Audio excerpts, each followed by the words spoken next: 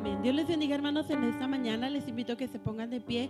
Damos gracias a Dios por un día más que Dios nos concede. Amén. Y por la bendición de estar en la casa de Dios. Vamos así a comenzar la escuela dominical y le invito para que abra su Biblia en el libro de Proverbios. Vamos a estar leyendo en el capítulo 22, versículo 17. Proverbios capítulo 22, versículo 17. Amén. Me indica con un amén cuando lo tenga listo. Proverbios 22, 17. Amén. Y dice así la palabra del Señor: inclina tu oído y oye las palabras de los sabios, y aplica tu corazón a mi sabiduría, porque es cosa deliciosa si la guardares dentro de ti, si juntamente se afirmaren sobre tus labios, para que tu confianza sea en Jehová. Te las he hecho saber hoy a ti también. Hasta ahí, hermano. Y en esta mañana el Señor nos hace saber su palabra, nos da a conocer, hermanos, su palabra a través de esta enseñanza. Y mire qué bonito dice, para que las guardemos, para que sea cosa deliciosa, porque es agradable y es bueno poder aprender la palabra del Señor y poderla disfrutar, hermano, y ponerla por obra. Y dice esta escritura, el Señor nos las hace saber también a nosotros en esta mañana. Amén. Así es de que vamos a darle gracias a Dios y vamos a poner la escuela dominical en sus manos. Te damos gracias, Señor, en esta mañana por la bendición que nos das de un día más poder estar aquí, Señor, para esta clase. Pedimos, mi Dios, que nos des sabiduría para aprender tu palabra, Señor, para prestar oído, mi Dios, para poner atención, pero sobre todo para poderla atesorar en nuestro corazón, Señor, y que tú nos ayudes, Señor, para que la podamos poner por obra día con día. Ayúdanos, Señor, para que no sea solamente una clase más, sino que tu Espíritu Santo hable a nuestras vidas y nos ministre a través de tu palabra. Bendice cada una de las clases. Bendice, Señor, a los hermanos que están presentes, a los que están desde casa y a los que vienen en camino. Apresura sus pasos. Te damos gracias en el nombre de Jesús. Amén. Y así, hermanos, cantamos esta alabanza y después de ello podemos pasar a nuestras clases.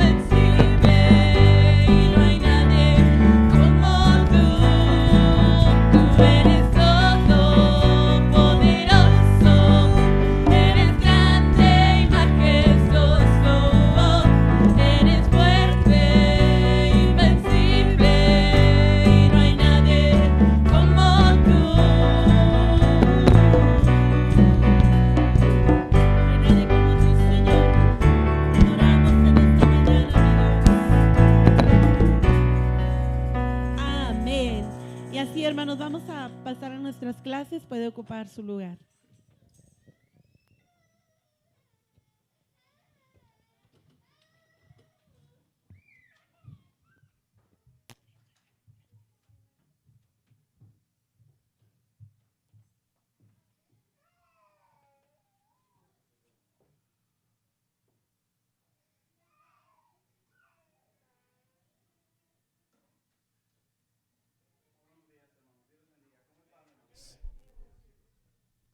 ¿Cómo amaneció esta mañana? Qué bueno, gracias a Dios. ¿Sabe que ya amanece más calientito? ¿Lo nota o nomás yo? Sí se siente, ¿verdad? Pero bueno, todo es parte del clima y todo es parte de la temporada. Damos gracias a Dios por estar aquí esta mañana, hermanos. ¿Y qué le parece si hacemos la pregunta, ¿qué hago cada domingo? No sé si usted ya la sueña a estas alturas del partido, pero yo todavía no la sueño. Así que voy a hacer la pregunta. ¿Cuál es el tema general que estamos viendo, hermanos, durante todo este tiempo en la escuela dominical? ¿Cuál es el tema, hermanos? No se amontonen. Hermano Juan. Una vida conforme al corazón de Dios. Hemos estado viendo y considerando la vida de un hombre llamado David, el cual ya avanzamos todo lo que es el primer libro de Samuel y también a la misma vez ya hemos estado avanzando lo que viene siendo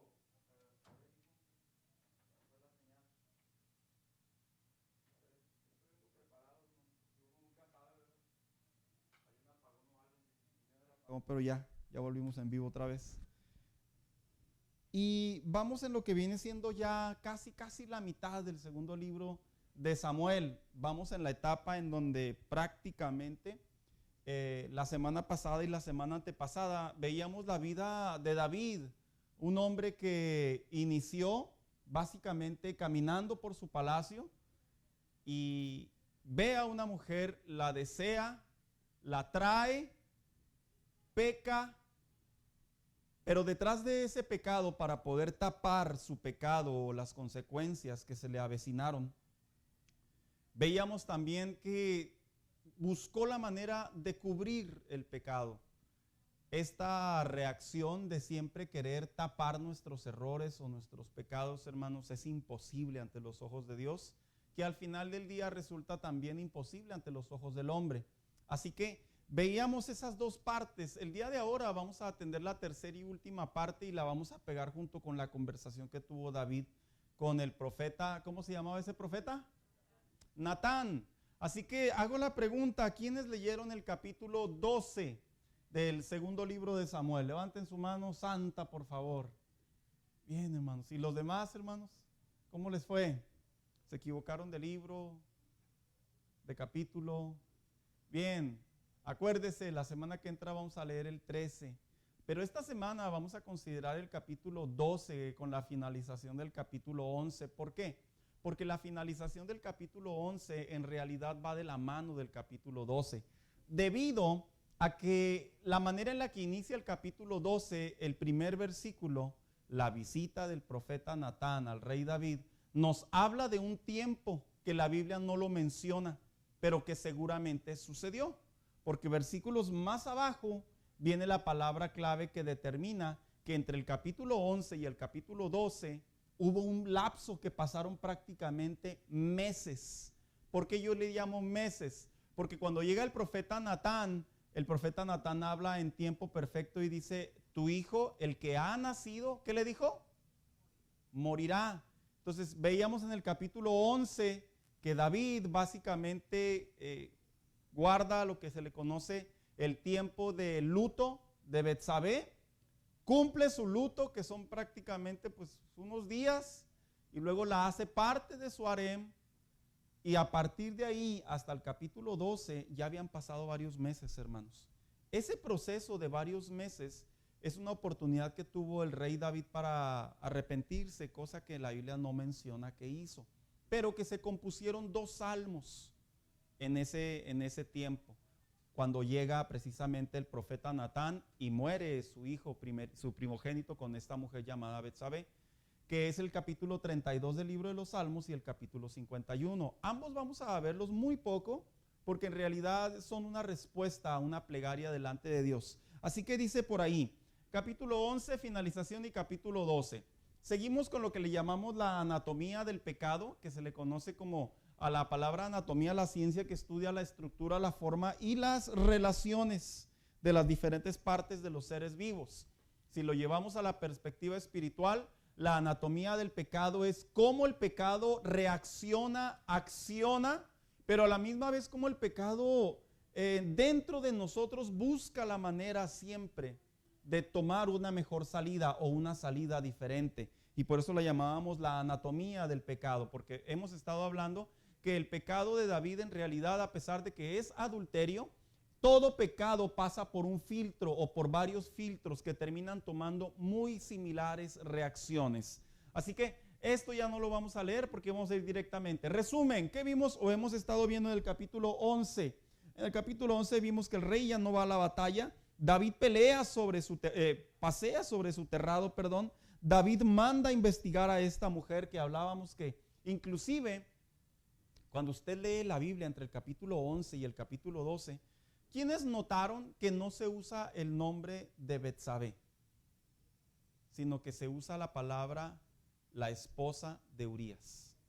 ¿Sí lo notaron, hermanos?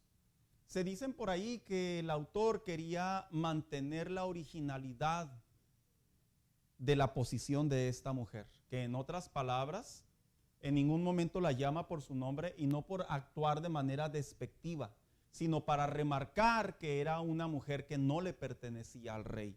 Vimos también, ya vimos, David envía mensajeros para mandarla a traer al palacio. Un tiempo que se pasó, el rey la devuelve a su casa, peca y aparentemente la devuelve y dice, bueno, ya vete a tu casa, ya aquí no pasó nada, aquí se quebró una taza y cada quien para su casa. La definición del pecado, veíamos que la definición del pecado la definíamos como aquello que transgrede. ¿Qué es transgredir, hermanos? La palabra transgredir viene de la etimología separada o del derivado, como lo quiera llamar. Trans, ¿qué es trans? Cuando usted escucha la palabra transformación, ¿qué significa? Cambio. Y cuando dice gresión, viene de la palabra agresión, de la palabra violar, de la palabra empujar. Entonces, básicamente lo que el hombre hace cuando el hombre peca, el hombre sobrepasa la autoridad de Dios, sobrepasa la santidad de Dios. El hombre termina ofendiendo a Dios. Por eso es que el pecado bíblicamente es visto como algo muy mortífero. No se le da una menor importancia, sino al contrario. Cada hombre de Dios y cada tiempo del pueblo de Dios, que el pueblo de Dios pecaba o un hombre de Dios pecaba, hermanos, triste y dolorosamente había consecuencias muy elevadas. Una de las grandes mentiras del cristianismo de la actualidad es que no es cierto. Los pecados no te pueden pegar tanto. Mire, yo he conocido personas que hemos conversado en consejería, nunca doy nombres, pero que han escrito en las, le llaman aplicaciones de la ciudadanía o de la residencia. Ya ve que vienen ahí preguntas abiertas y luego vienen ahí segmentos, ahí, tachita o palomita, o sombrear. Así nomás porque con su pluma o su lápiz pusieron en el lugar equivocado una mentirita. Así, un cuadrito.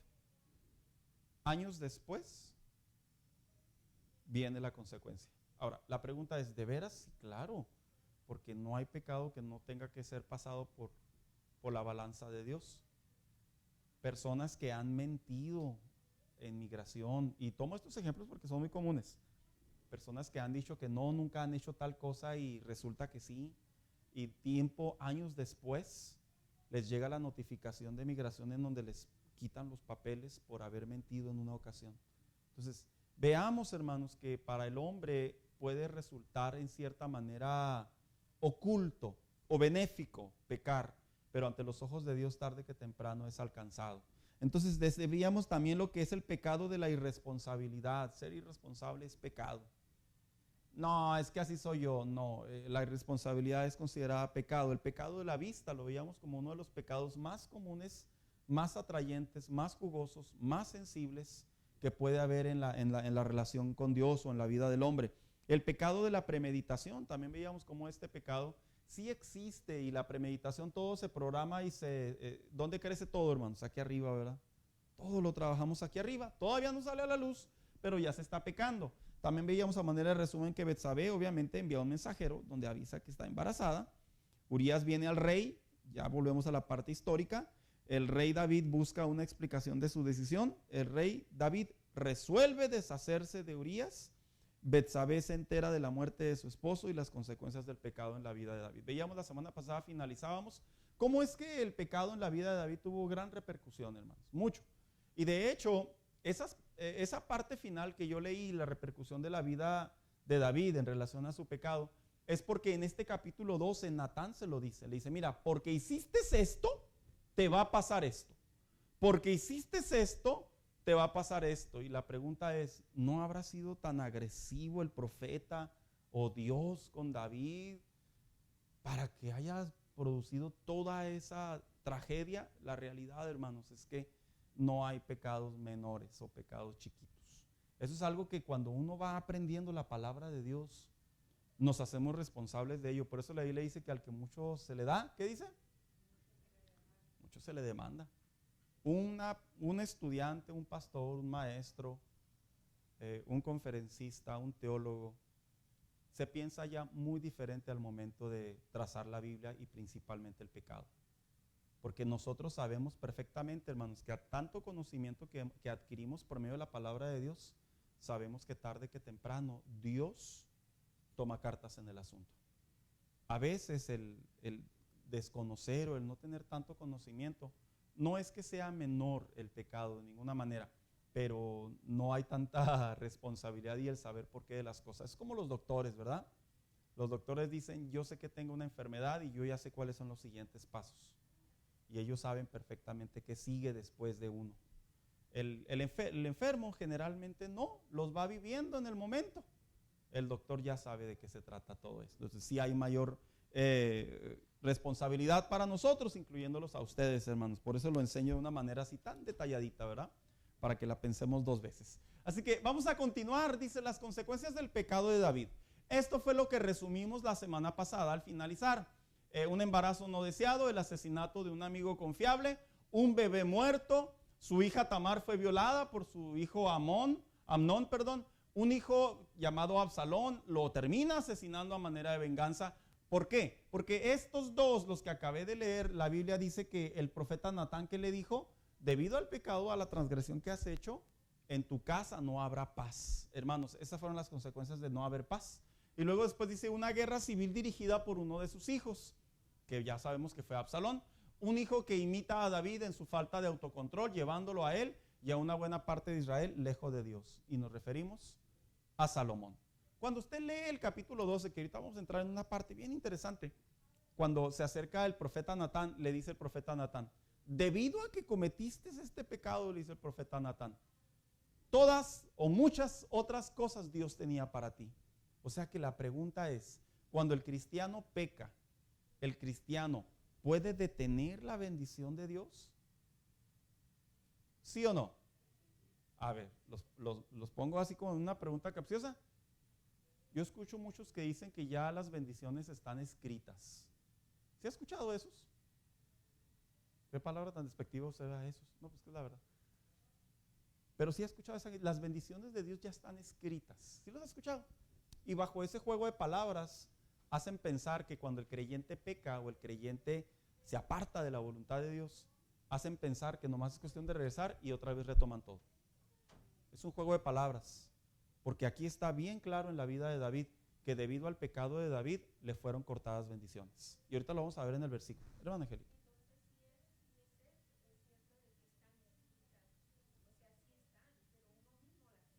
Están escritas desde la omnisciencia de Dios, no desde la predestinación, que es un juego de palabras. Desde la omnisciencia de Dios, que Dios lo sabe todo. Él ya sabe qué va a suceder, pero no significa que Él lo manipule, que es muy diferente.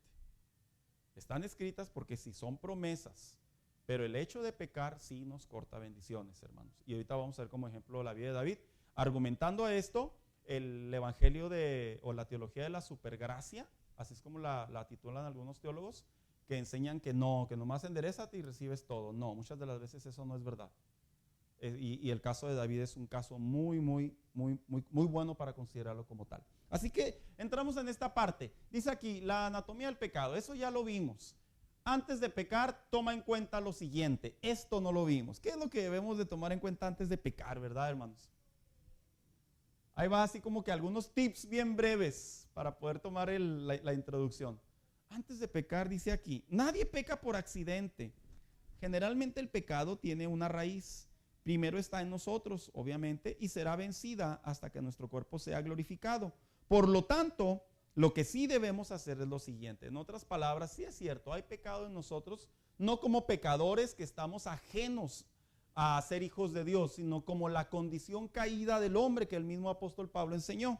Así que dice, en primer lugar, cuando vayamos a pecar, vamos a considerar lo siguiente: alejarnos de lugares físicos o inapropiados. Me gustaría que me ayudaran con estos pasajes bíblicos, hermanos. 1 Corintios 5:9. A ver, si yo sé que el chamaco es alegre, es débil, le gusta la loquera, dijo un hermano ahí, le gusta quebrarle los cuernos al diablo, es sensible a ciertas cosas, a ciertos lugares, ¿qué es lo que hay que hacer? Simplemente apartarnos. 1 Corintios 5:9, por favor.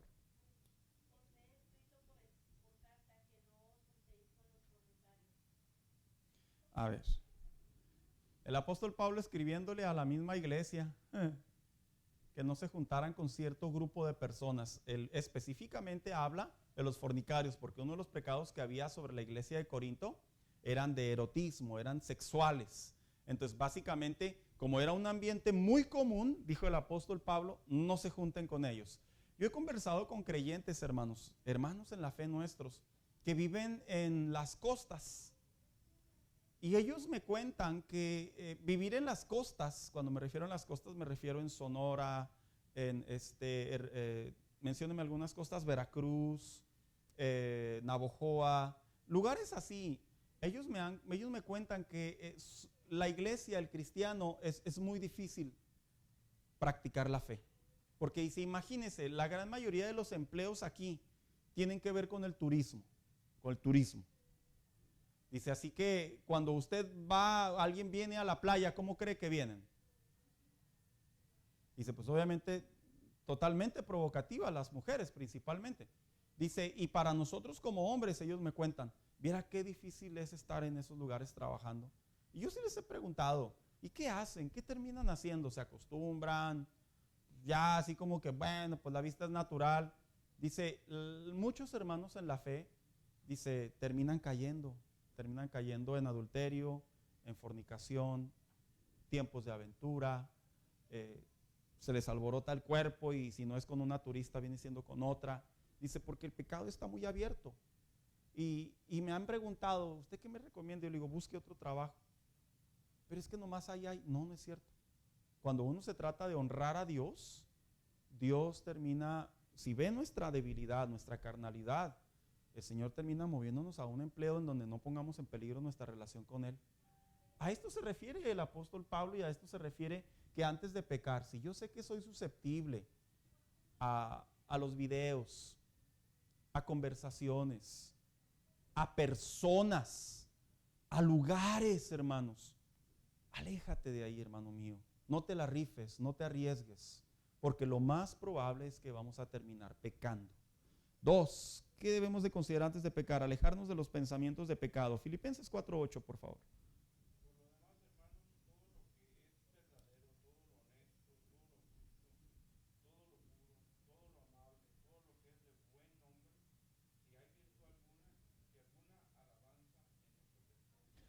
Entonces el apóstol Pablo dando otro consejo a la iglesia de Filipos, de la ciudad de Filipos, diciéndoles, hay pensamientos que van a venir a ti y que tú tienes que clasificar los que no son pensamientos de Dios. Y hay otros que sí son pensamientos de Dios. Y él en este pasaje bíblico define cuáles son los pensamientos que realmente nosotros debemos dejarlos que caminar, crecer, germinar, procesar, darles fruto. Y él dice todo lo relacionado a tu relación con Dios, a la palabra de Dios, a cosas buenas, a ideas buenas, proyectos buenos, pensamientos buenos. Dice, déjalos fluir porque vienen de Dios. Pero si consideramos este texto aplicándolo desde la perspectiva antónimo o desde la perspectiva negativa, a la misma vez le está diciendo a la iglesia, si detectas pensamientos, tú como hombre con una mujer, sácatelos. Si detectas pensamientos tú como joven, de irte de pachanga, de parranda, de hacer cosas indebidas y te están trabajando aquí en la mente. Porque aquí dijo alguien por ahí que nuestra mente es como un aeropuerto. A los aeropuertos, ¿qué aviones aterrizan, hermanos? De todos lados, nacionales e internacionales, interestatales y amigas y enemigas y buenas y malas, de todos llegan a los aeropuertos. Dice el apóstol Pablo, cuando vengan esos pensamientos a ti, pensamientos de que, ya para qué ir a la iglesia, ya me caen gordos todos los hermanos. El diablo lanza ese tipo de dardos. Esos pensamientos no crea que nosotros siempre los originamos, hermanos. Alguien dijo por ahí, ¿verdad? El que en pan piensa es porque hambre tiene. No siempre aplica ese dicho. Satanás, si a los hombres de Dios que tenían una buena comunión con Dios se atrevió a ir a tocarlos, a tentarlos, hermanos, ¿qué podemos esperar? Otro tipo de creyentes, ¿verdad? Y fíjese, si al mismo Jesús fue y lo tentó. Jesús no tenía pensamientos de tentación, pero fue y lo tentó. Y si lo llevo espiritualmente al marco de los pensamientos, usted dirá, si yo no sé por qué se me vienen estos pensamientos, si yo ni siquiera los tengo, es más, ni siquiera son parte de mi debilidad. Lo que pasa es que el enemigo los lanza. Y dice la palabra de Dios, el apóstol Pablo, ¿verdad? Dice, aléjate de esos pensamientos, córrelos, desvíalos, piensa en otras cosas. 3, antes de pecar, alejémonos de las pasiones carnales. Primera de Pedro 2:11.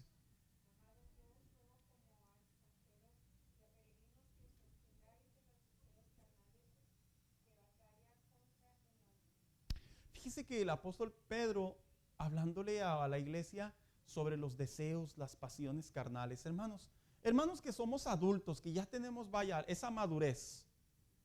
En realidad los deseos carnales, ¿usted los considera como un pecado acá top 10? ¿Sí me expliqué? ¿Sí los considera un pecado así muy cerca, muy sensible, muy,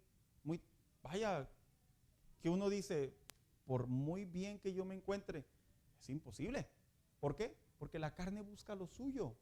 De hecho, en la Biblia usted encuentra constantemente, tanto como en el Nuevo Testamento, tanto como el pueblo de Dios, fíjese la combinación que le estoy dando.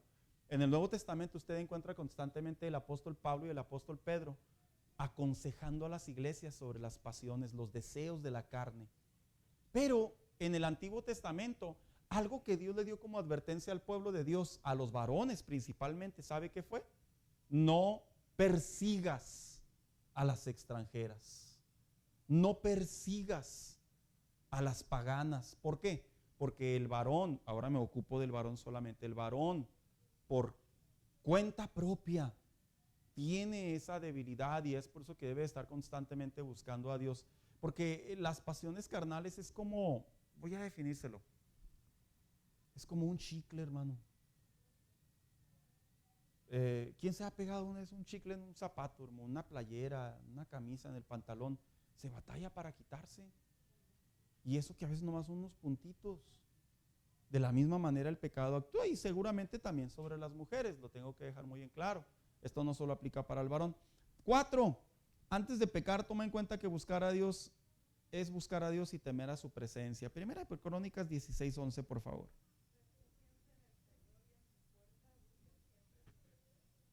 Sí.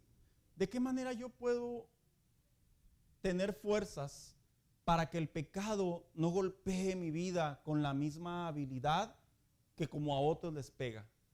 El pecado, a pesar de que tiene la misma fuerza para todos, hermanos, porque no hay super pecados, así como que no, es que esos pecados son inevitables, pastor. Son pecados premium, ¿verdad? No, todos los pecados tienen la misma fuerza, y me refiero desde impacto, hermano, que impactan espiritualmente la vida del creyente. Lo que le quiero decir con esto es que ¿por qué hay cristianos que son tan débiles que otros? Por la falta de comunión con Dios. Yo he escuchado creyentes que dicen, es la voluntad. Es que el que tiene voluntad no hace cosas malas. La mente, las emociones, la determinación juegan un papel clave seguramente, hermanos. Pero le digo una cosa, como esto es espiritual, esto no es emocional. El pecado es un asunto espiritual que termina afectando nuestras emociones, que es una puerta muy importante para que dañe espiritualmente nuestra relación con Dios. Sí estoy de acuerdo con ello, pero donde no estoy de acuerdo es que hay creyentes que puedan tener una muy buena comunión con Dios y son re débiles para pecar. No, no es cierto, hermanos. el que tiene buena comunión con Dios, el pecado no es tan fácil que le llegue. Por eso es que el cronista hablaba y decía, cuando te refugies en Dios, te fortalezcas en Dios. Y por último, antes de pecar, toma en cuenta pedir perdón y mostrar arrepentimiento. No es muy enseñado, yo ya no escucho muchos sermones, hermanos. Fíjese que inclusive conversaciones de que el cristiano sienta alguna especie de culpabilidad o de arrepentimiento por pedir perdón por sus pecados. De hecho, la palabra muy común aquí, o en tanto como en inglés, tanto como en el lenguaje mexicano, que al final del día lo muestran como una postura, es el perdón, ya le llaman disculpas. ¿Quién ha escuchado eso? ¿Es lo mismo disculpas que perdón? ¿Cuál es la diferencia?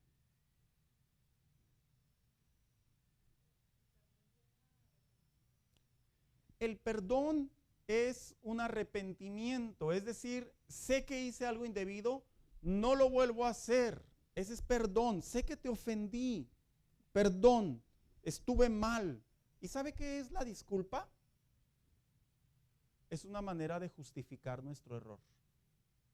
Es como cuando usted va caminando y le pega a alguien con el hombro. Disculpas, o sea, veníamos tan juntitos, tan pegados tú de acá para allá, de aquí para allá, que te pegué, discúlpame, fue inevitable. Algo que se debe practicar en la vida del cristiano, hermanos, es pedirle perdón al Señor. Eso ayuda mucho. Antes de pecar hay que tomar en cuenta esto ahora. Dice aquí la frase final con la que termina el capítulo 11. Fue desagradable ante los ojos de Yahvé. Ningún pecado, sin importar su nombre, lugar, circunstancia, intención, necesidad, debilidad, necedad, responsabilidad o deseo, es aceptado, justificado y mucho menos tolerado por Dios. Esto es debido a que el pecado transgrede la ley de Dios. 1 Juan 3:4, por favor. El pecado es visto con ligereza por algunos creyentes, debido a la incorrecta interpretación de 1 Juan 2:1. Tú peca. Tienes un abogadote en el cielo que te va a perdonar. ¿Sí has escuchado eso, hermano? No lo presentan así, ¿verdad? Pero casi nos dan a entender que todo Dios lo perdona. Todito. Yo una vez escuché a un individuo que se hace llamar pastor de una predicación. Me salió un fragmento en mis redes. De Monterrey, que lo conozco. Por cierto, lo conozco. Y le hizo así, voy a simular lo que hizo. Y si me ve, pues vas a ver que voy a hablar de él. Dijo, tú peca, cualquier pecado Dios te lo perdona. Es una tarugada, hermano, eso, perdóneme la palabra. Es un error. El cristiano no tiene licencia para pecar. Al contrario, el cristiano debe luchar cada día para agradar a Dios y por ende alejarse del pecado. ¿Quién tiene por ahí 1 Juan 3:4?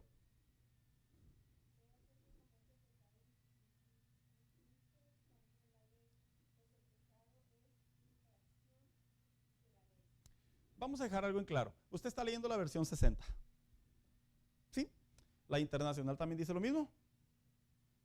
Cuando la Biblia usa en esta ocasión, como en algunas otras ocasiones en el Nuevo Testamento, la palabra ley, no se refiere a la ley mosaica. El original del griego se refiere a la palabra de Dios. En otras palabras, a todo. No se refiere a la expresión mosaica de Dios sobre los judíos, no. Se refiere a lo que Dios inspiró al hombre. Porque muchos usan este versículo bíblico para decir que se refiere a la ley y se refiere al Antiguo Testamento. No. Lo que dice el apóstol Juan, en otras palabras, está enseñando y diciendo, todo aquel que peca, transgrede las palabras que Dios le ha dado al hombre. Es lo que quiere decir Juan el teólogo en esta ocasión. Y 1 Juan 3:4, 1 Juan 2:1, por favor.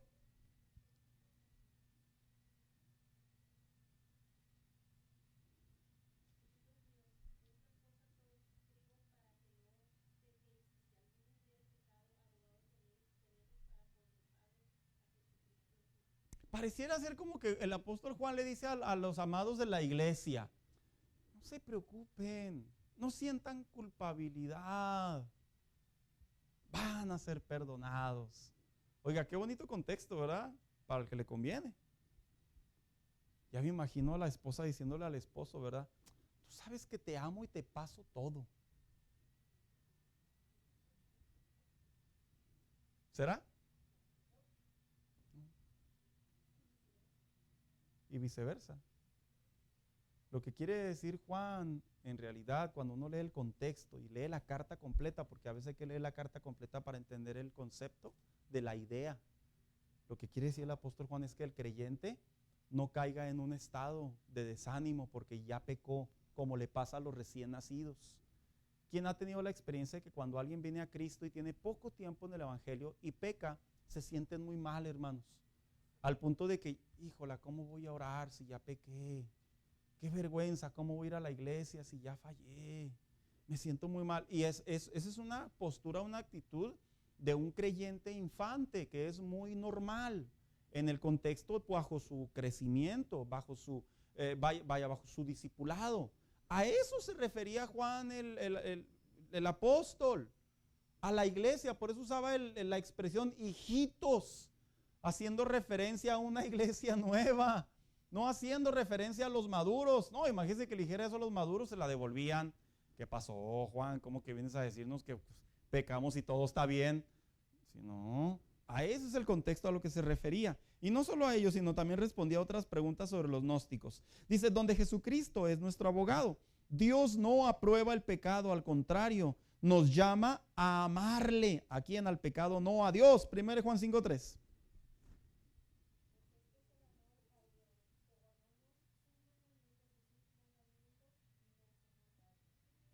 Entonces, cuando el cristiano ama a Dios, aprende a amar cada día más a Dios, madura en el amar a Dios, hermanos, uno mide y uno se da cuenta que uno no quiere ofender a Dios. Y luego dice, y temer a pecar. Salmo 4:4, por favor. ¿Qué significaría temer a pecar?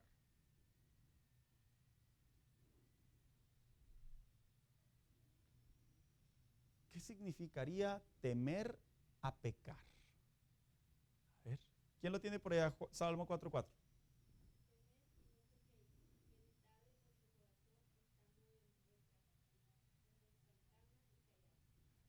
Entonces, ¿a qué se refiere?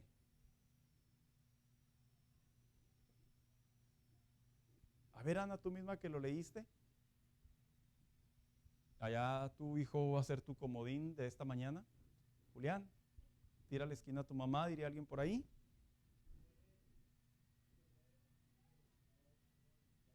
¿Qué? Uno y ya.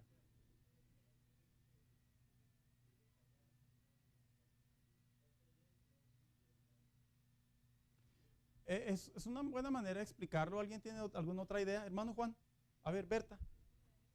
A ver, léele y luego la explicas.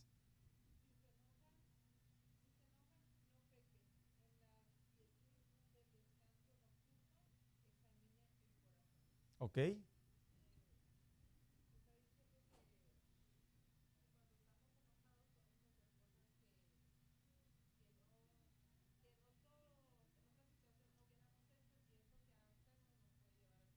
Entonces, en tus emociones puedes pecar. Muy entendible. Entonces, en otras palabras, hermano mío, generalmente cuando vamos a pecar es porque nuestras emociones están envueltas. Así, están bien envueltas nuestras emociones. Ya sea porque estamos muy desesperados, ya sea porque vamos a actuar en rebeldía, ya sea porque vamos a actuar en molestia, pero generalmente es en nuestras emociones. Así que dice aquí, el pecado daña nuestra alma. No solo fue desagradable ante los ojos de Dios el pecado de David, que se lo dejó muy en claro, sino que el pecado daña nuestra alma. El pecar, aún cuando debemos de asumir las consecuencias, el daño es irreversible y también daña el alma, hermanos. Fíjense que cuando alguien choca, yo escucho generalmente una frase muy célebre que es muy apropiada, pero la voy a tomar como ejemplo. Le suena el celular y le dice, ¿sabes qué? Papá, mamá, hermano, tío, choqué. Y la primera pregunta, ¿cuál es? ¿Te pasó algo? ¿No te pasó nada? Y luego después, ¿qué respondemos? Nos dicen que no. Bueno, algo muy común. No te preocupes. Lo material, ¿qué decimos? Tiene reparación. O sea, dando a entender que si te hubiera pasado algo a ti es diferente el panorama. A veces así el creyente piensa que es el pecado. que el pecado nomás es impactar a la otra persona. El problema del pecado es que el pecado, como transgrede la ley divina, transgrede las palabras de Dios, el pecado no solamente en ocasiones termina dañando a terceras personas, que generalmente termina dañando, sino principalmente daña nuestra alma. Proverbios 8:36, lo que la lleva a ser presa de su propio mal. La hermana, por favor, Amelia.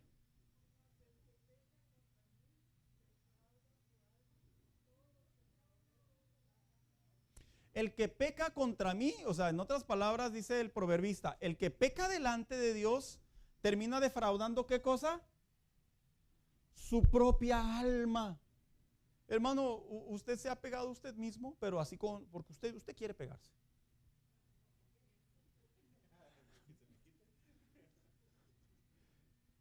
¿No? ¿Se pegaría a usted mismo? Dirían que estamos locos, ¿verdad? ¿Sí? ¿Sí estoy en lo correcto o no? ¿Sabía usted que cuando pecamos nos pegamos a nosotros mismos? Aquí dijo el proverbista, defraudas tu alma. O sea, en otras palabras, dice el proverbista, ¿quién chocaría su carro solo así? Bueno, pues un fierro, ¿verdad? Pero volvemos al mismo ejemplo, ¿se pegaría usted mismo? No. Tal vez sí voy pasando y no me doy cuenta, sí, pero así como que yo voy solito, voy a la pared, no. Eso es lo que el creyente hace bíblicamente hablando, de acuerdo a esta metáfora que dijo el proverbista, el hombre sabio, es lo que hacemos cuando pecamos. Dice, no solamente ofendes a Dios, dice, también te defraudas a ti mismo. Y luego dice aquí, y lo que nos lleva a ser presa. Proverbios 5:22. Fíjese, el pecado no solamente nos golpea a nosotros mismos, sino también nos hace presa. En otras palabras, nos esclaviza. Ay, nomás lo voy a hacer una vez, pastor. Nomás una vez. No es cierto, no lo hacemos una vez. En realidad se consumió una vez, pero tuvo un proceso muy largo generalmente en donde se estuvo cocinando el pecado. ¿Quién tiene por ahí Proverbios 5:22?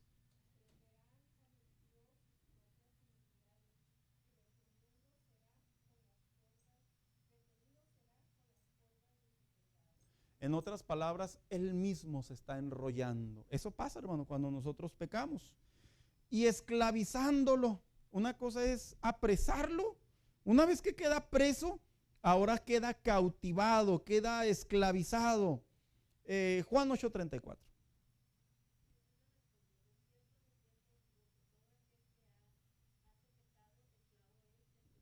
En otras palabras, el hecho de pecar nos esclaviza.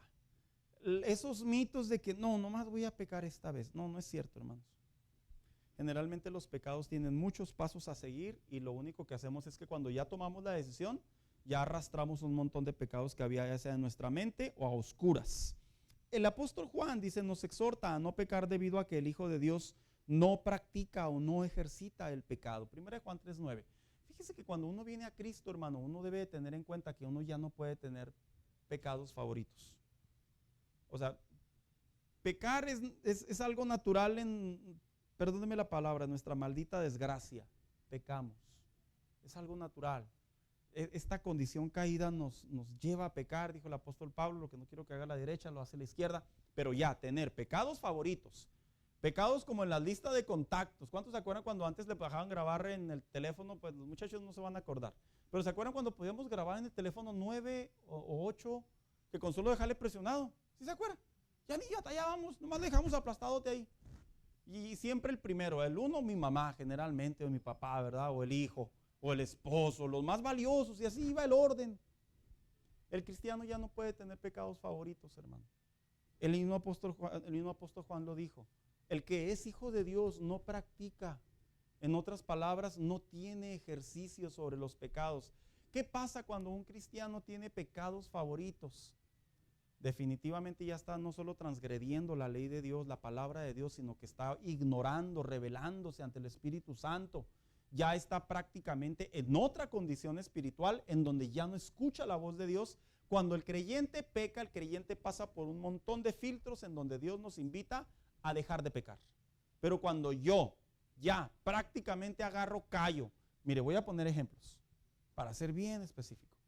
Cristianos que ya practican la pornografía pública o privada, que ya la practican, ya es algo de día a día peligrosísimo para la relación con Dios. Estás vendiendo tu salvación.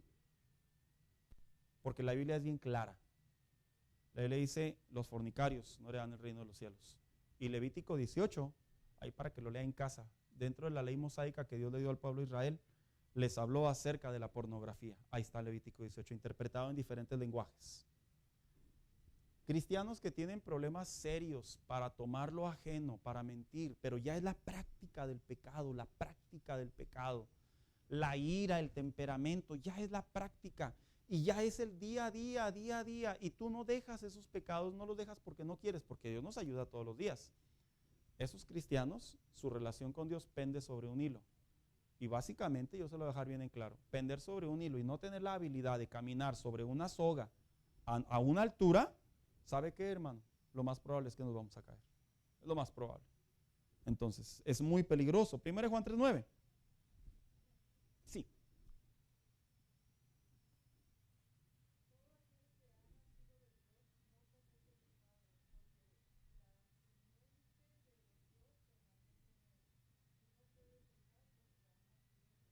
Este pasaje bíblico en la versión 60 se toma muy literal. La gente dice, no, pues es que el Hijo ya no peca, ya es santo. No, no se refiere a ese contexto. Analizando el original, se refiere al contexto del ejercicio del pecado. Por eso primero lo expliqué. Y luego dice aquí, una oración y determinación santa sería no pensar quisiera como opción en pecar. O sea que en pocas palabras, que ni me pase por la mente pecar. Me entra un pensamiento, lo desecho, no lo quiero. 1 Juan 2:25, por favor. 1 Samuel, discúlpenme, hermanos. Y luego alguien que me ayude, Salmo 32, 1 y 2.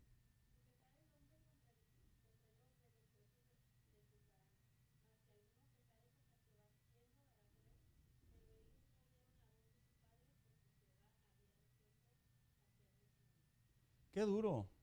Qué duro es cuando está en el pensamiento ya el hecho de pecar. Y el siguiente pasaje bíblico, Salmo 32, 1 y 2. Esto nos bendice delante de Dios. Palabras dichas por David.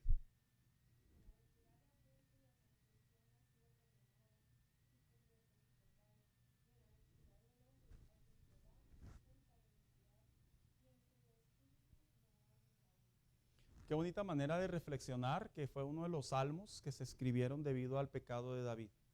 Él experimentó, porque usted sabía que el pecado que cometió David de adulterio, ¿sabía cuál era el castigo? ¿Quién recuerda cuál era el castigo del adulterio en el Antiguo Testamento? Apedrear hasta morir. Por eso David, cuando le cuentan la parábola de la oveja, David dice, que muera y que pague 4 veces. En primer lugar, tenía que morir el adúltero. Si a un hombre se le encontraba en la flagrancia del adulterio en el Antiguo Testamento, chicharrón. Y eran fuertes. Alguien dijo, ¿por qué lo permitía Dios? Se cree que era una manera de ejemplificar, hermanos, de detener todas las cosas terribles que sucedían en el pueblo de Dios. El pueblo no era un pueblo santito, hermano, como muchos se la pintan. En los hebreos estaban caladitos. Por eso se les dieron las leyes tan severas. Que se veían severas, pero no eran severas. En realidad no se debería de hacer y punto. Y 2, ¿qué fue lo que hizo David al tomar la oveja, o en este caso la mujer de otro hombre?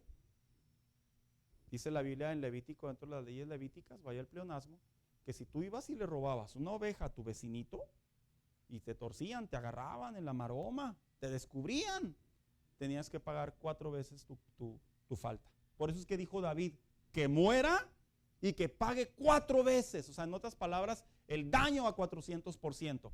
Por eso cuando vemos las consecuencias que vinieron sobre David, el hecho de pecar, si lo ponemos en un punto así medio porcentual, le dijo, pecado por pecado le fue diciendo el profeta Natán. Tú pecaste en privado, pero tus mujeres, cuando dice tu casa, algunos piensan que se refiere a sus hijas, se refiere a sus concubinas, que en el capítulo 16, si mal no recuerdo, su hijo Absalón, perdón la palabra, las violó a todas. Y algunos comentaristas dicen que ¿dónde creen que las violó?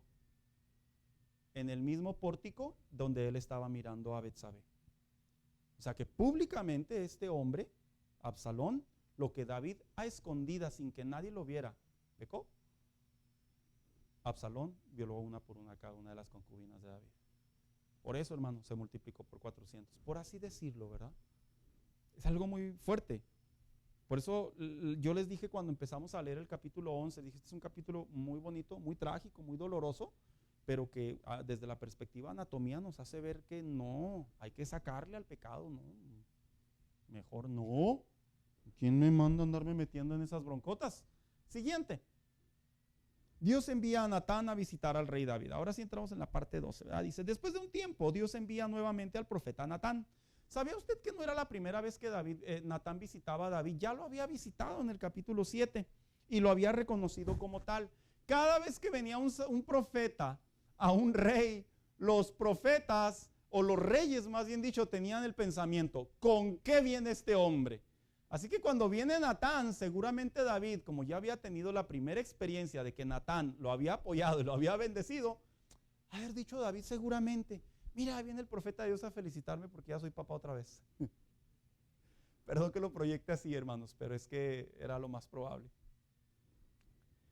No se sabe aproximadamente cuánto tiempo transcurrió, pero un dato importante es que ya había nacido el hijo de Betsabé y de David. Lo que nos habla de meses posiblemente.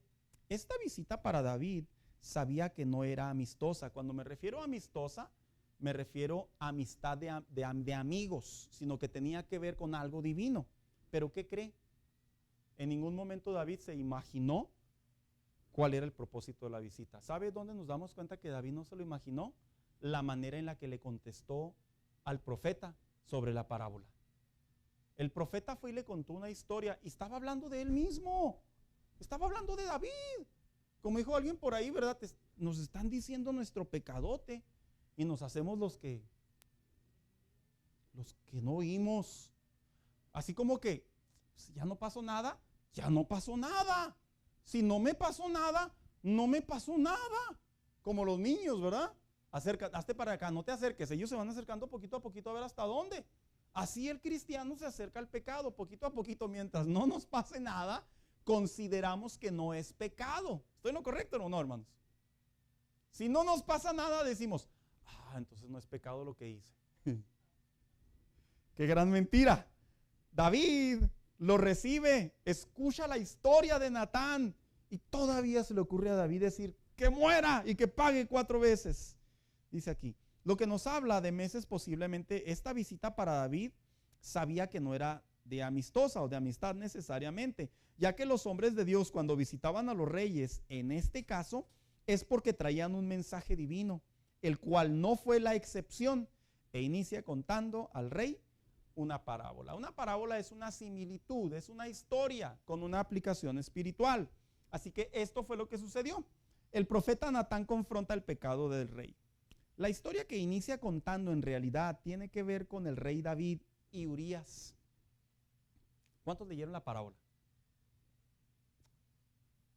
Le llamó la atención cómo la parábola estaba diseñada de un hombre que tenía un solo animalito, lo amaba, lo cuidaba, lo procuraba, era pobre, y el otro hombre ¿qué? No le faltaba nada. ¿Qué necesidad había? Es una similitud muy, muy grande y no sé cómo David no la interpretó. Unos comentaristas dicen que es porque el pecado lo cegó, que ni aún hablándole Dios a través de una parábola, este hombre podía discernir que era sobre él. El profeta inicia contando la parábola o una parábola de 2 hombres en una ciudad, uno rico y otro pobre, donde el rico roba al pobre, asemejando la ley mosaica dada por Dios. Mire, aquí está Levítico 18:20 y su 7º mandamiento. Estos fueron los 2 pecados que cometió David, hermanos.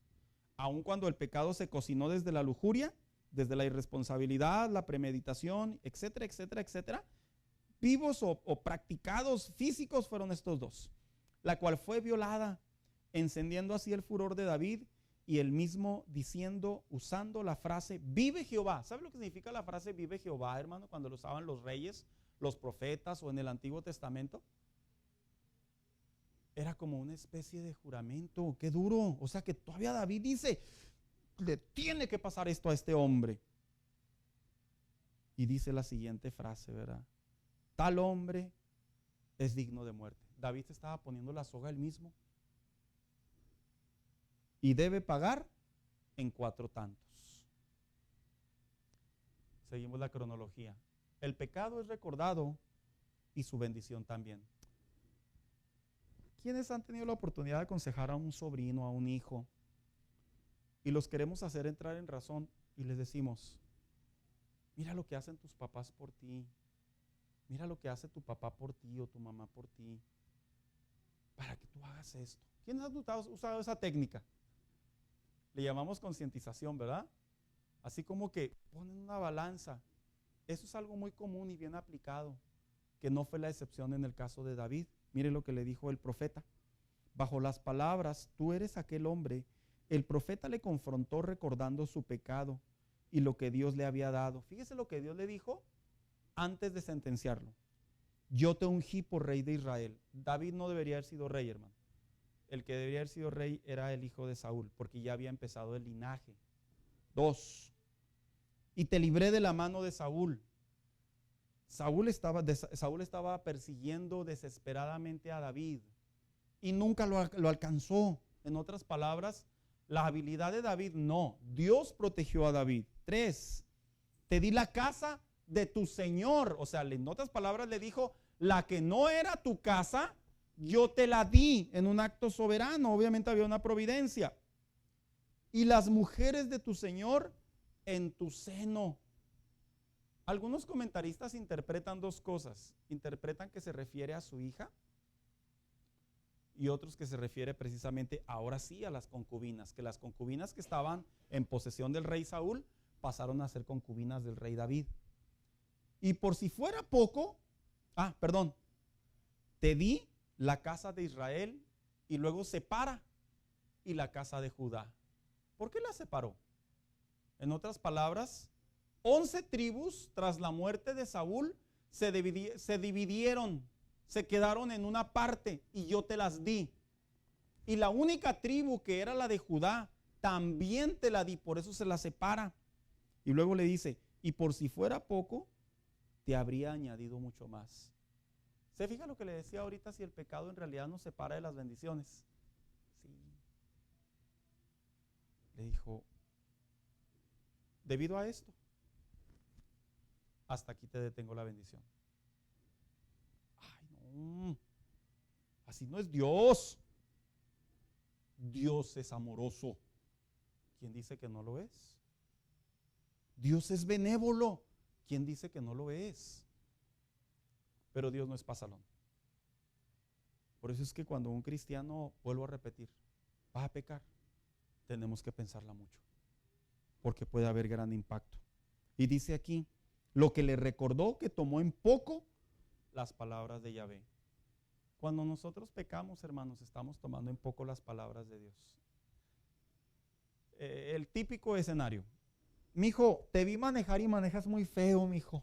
Maneja bien, por favor, puedes chocar. Puedes accidentarte, puedes atropellar a alguien, puedes causar un accidente, una tragedia. Mijo, te lo digo porque soy tu papá.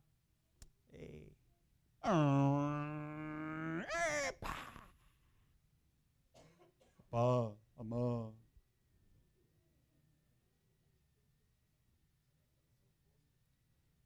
Yo iba bien. Al poste le salieron patas. ¿Sabe qué es lo que sucede en ese caso? Para ambas partes. Tomamos en poco el consejo. Escuchen lo que les voy a decir, muchachos, ustedes que todavía no están casados. Y aún los que ya están casados. Al cabo nos ven de diferentes lugares. Los mejores consejos que tú puedes recibir son de un padre y de una madre temerosa de Dios. Son los mejores. Los pastores te podremos enseñar teología, te podremos guiar por medio de la palabra de Dios con un consejo, recomendaciones. Pero ¿qué crees? Tus papás te parieron, perdón la palabra tan cruda. Tu mamá te tuvo en su vientre por 9 meses. Tu mamá te vio crecer, se desveló contigo, lloró cuando te enfermaste. ¿Tú crees que van a darte un consejo tonto, una mujer temerosa de Dios? Para nada. Tu papá trabajó por ti, se esforzó, no siempre te expresó su cansancio. ¿Tú crees que te va a dar un mal consejo? Tú ve y embárrate, al cabo hay aseguranza. No. Usará como sarcasmo, pero dentro de nosotros no lo decimos en realidad. Es lo mismo que hizo David. Dios, tantas veces que le habló al corazón de David, le habló sobre sus promesas, y el corazón de este hombre, prácticamente lo que hizo delante de Dios es que tomó en poco las palabras de Dios. Lo que le recordó que tomó en poco las palabras de Yahvé: tomó mujer ajena, mató a su esposo, y su muerte fue producida por sus enemigos. Otra versión dice que fue prácticamente escarnio sobre sus enemigos. O sea que, en otras palabras, los enemigos de David, ¿qué cree que contaban? Porque salió no hay chisme que no se aguante, ¿verdad? Si usted cree que nomás eso se quedó acá en lo privado, acá clasificado, y nada más se enteró el profeta Betsabé y David que había un pecado ahí, no. Alguien soltó la sopa a la mexicana. Alguien soltó la sopa a que llegó a los oídos inclusive de los enemigos de David, y cuando vieron todo lo que le pasó a David, decían: para que se le quite.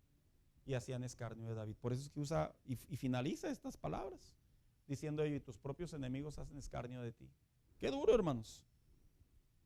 Mire, aquí nos vamos a quedar las consecuencias del pecado. Ya la semana que entra vamos a terminar el capítulo 12.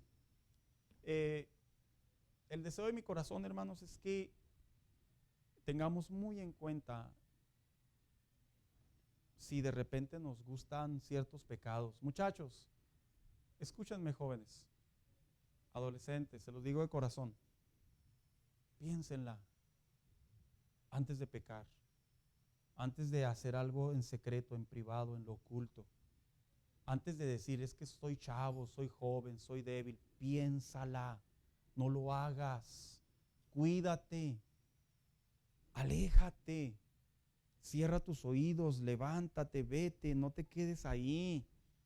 Al cabo Dios me perdona. Sí, pero entiende lo que sucede cuando una persona peca. Ya con esto termino. ¿Cuántos vieron la nota del hombre que hubo un experimento en la ciencia que le pusieron el corazón de un puerquito? ¿Sí la vieron, verdad? Esta nota tiene mucho sentido a lo que nosotros estamos hablando. ¿Por qué? Porque este hombre, su corazón ya no funcionaba bien, ya estaba a días de morir. Si usted leyeron varios artículos, en realidad este hombre ya estaba por morir. O sea, hace que no se arriesgó este hombre, más bien dicho, este hombre, en otras palabras, tomó el último recurso que le quedaba. Él, como cualquier otra persona, incluyendo la misma ciencia, pensaron que pues el hombre podía vivir, ¿verdad?, con el corazón de un puerquito. Pero esto nos enseña, hermanos, si lo aplicamos a la palabra de Dios, que no importa por qué cosas podamos intercambiar nuestras desgracias, en realidad delante de Dios existe la transgresión original y no puede ser detenida. Tarde que temprano va a producirse la falla. Y en el cristiano es igual. Dios me perdona, sí, Dios te va a perdonar, porque Él te ama, pero las consecuencias ahí van a estar. Entonces, pensamientos, lujuria, pasiones, robo, mentira, negligencia, irresponsabilidad, todo pecado que usted venga a su mente y a su corazón, hermano mío, trabájelo con Dios. No, Señor, no me convienen ya, mejor aquí le paro, me ha quedado más que suficiente que lo que le pasó a David. En realidad es una proyección de lo que me puede pasar a mí y debo de detenerlo. Hermano Turi.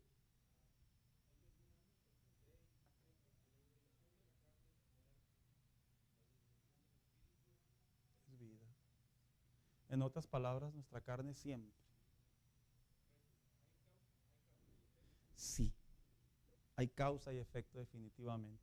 Vamos a ponernos de pie, hermanos. Muy buen pasaje bíblico. Romanos 8:6, por si usted gusta anotarlo, donde vemos las diferentes inclinaciones de las dos posiciones. Sé que no son clases así como que, ay, el Señor me habló y yo soy súper poderoso en el Señor, ¿verdad? Pero son clases, hermanos, que nos deben de tocar nuestras fibras más sensibles espiritualmente hablando y renovar, ¿verdad? Nuestra manera de conducirnos, hermanos. Y decir, no quiero, le paro. Aquí ya estuvo suave. Así que vamos a dar gracias a Dios en esta mañana. Abby, despídenos en oración, por favor, hija.